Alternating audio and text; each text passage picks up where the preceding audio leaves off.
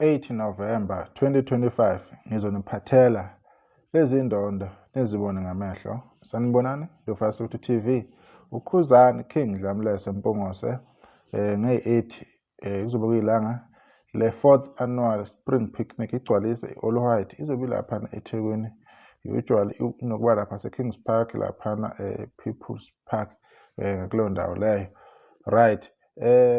Siyakhumbula ukuthi uKhuzani bekade nohambo oluhle olube impumelelo. Kade kuma Harper Awards laphana e-USA eLos Angeles. Hollywood ke lapho kuhlangana khona ke zonke izinkakha zakwamanye amazwe inominathiwe. Uhambo lakho lube impumelelo ubuye nama awards ayi2.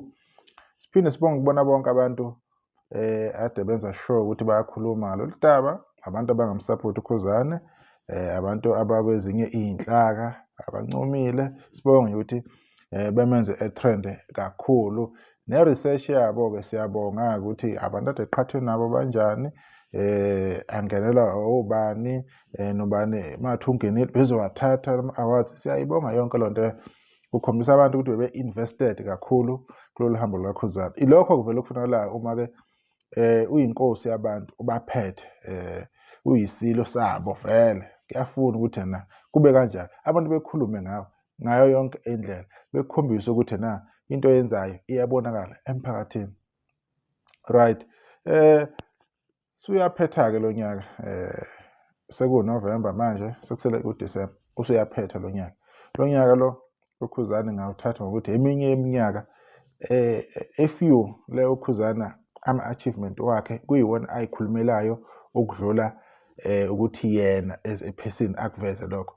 Imisebenzi yakhe iyabonakala, i-out there, hlale siyibalula usuku nosuku, and ama-achievement wakhe kulo nyaka abe maningi kakhulu. It's unbelievable ukuthi zonke lezi zinto lezi zenzeke kuKhuzani A1. Enye yezinto futhi enkulu eyenzakalile kuKhuzani, abantu mhlawumbe kade bengasayinakile noma kade sebeyitshela maybe uKhuzani indlela yoku-streaming isiyehlile. Ukwenza kahle online. uKhuzani usebenzile online, usebenza kahle kakhulu.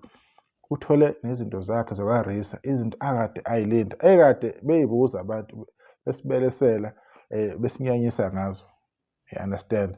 Njengoba nje kade yileke phesheya yake bese ukugcwalisela ukuthi-ke ama-award lawo ayi2 engibuye nawo ukuzo-add kwi-number yama-awards asekhona vele, plus nalama awards anominathiwe kuwo awamasama azobe khona kulo nyaka futhi. Nawo uzobe ebhekile ukuthi yena akukho yini angaphuma kukho ngomsebenzi wakhe awenzile kulo nyaka. Nawo umsebenzi wakhe oyikhulumelayo ukuthi angidlali nezingane.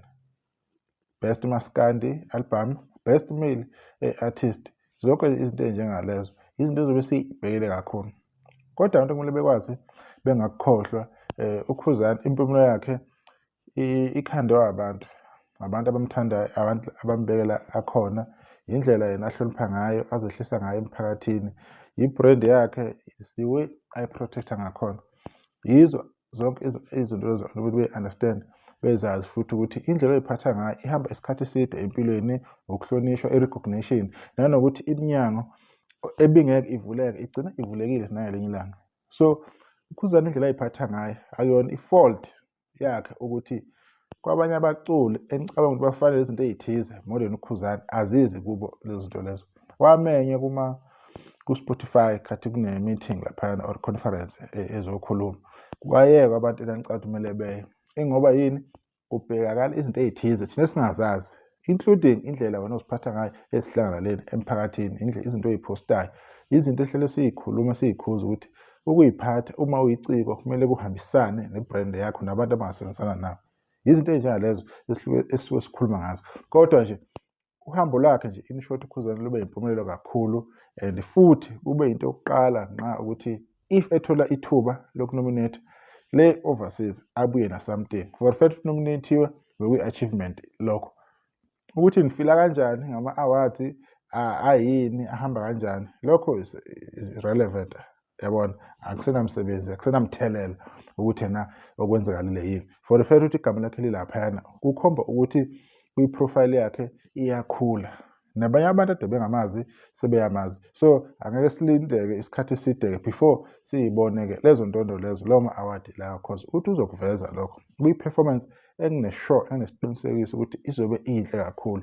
Yilokhu-ke abantu-ke abafuna ukubona kwagoqa abathanda uKhuzani nabathandi nje bomsebenzi kaKhuzani bonke jikelele, kungasakhathalekile labantu bakwaGuqa kuphela. So umcimbi-ke uzofika-ke cabanga ukuthi kuyi-Saturday. Amavidiyo-ke siyathemba ukuthi sowathola sibone ukuthi na umcimbi uhamba kahle kangakanani ukuba impumelelo kwawo. Yikho okusibonisa ukuthi cha, unyaka walensizwa uhamba kahle kakhulu. Singakafiki kuyi-15 December lapho kuzobe kunodonda khona kuphi eMandaba. Ividiyo-ke ngizothanda ukuthi ngiyibeke lapha. Bekuyilokho nje engifuna ukuveza nje okuphuthumayo ngale nsizwa yakwaMpungose. Njengoba ngihlale ngisho, omunye umuntu uzothi hey cha, nawe uKhuzani hlale ukhuluma ngaye. Ukukhuluma ngoKhuzani ku-easy, awucabangi kakhulu uma uzokhuluma ngaye. Yonke into i-open, uyayishera izinto, i-process ne-process uKhuzani uyabatshela abantu. Kuba lula nawe ukuthi uma ubheka izinto ukuthi uzokhuluma lokhu ngalokhu umbeke ebalazweni ukuthi okay nakho akwenzayo bese uyayenza ividiyo. Nabantu-ke generally-ke umsebenzi kaKhuzani abaningi bayafisa ukwazi and bambalwa abantu abakhuluma ngezinto ezenzeka kuKhuzani. Abanye basuke bekhuluma in a point of ukufavor ukuthi mhlawumbe hayi ngikhuluma iqhawe, yabona.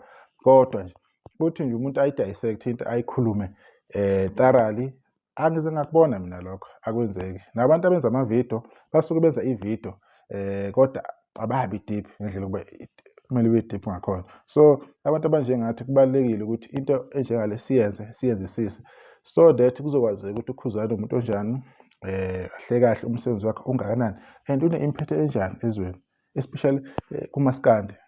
And futhi abahlala bephika umsebenzi kaKhuzani ngiyabathanda ngoba basuke bemvuma, bengaboni bona bayamvuma ukuthi na umaskandi uhamba phambili ngayo yonke into. Akukho angahambi ngakho phambili uKhuzani. Nalawo ma-streamings lawo siyawabona, kodwa akukho lapho uKhuzani angahambi khona phambili. Umlando uyayikhulumela, uyayiphruva, impumulo yakhe iyona ehlala ikufakazela lokho usuku nosuku. Cela ividiyo kuyibamba lapho Nsalahle, sizodibana kuza. Ngiyabonga.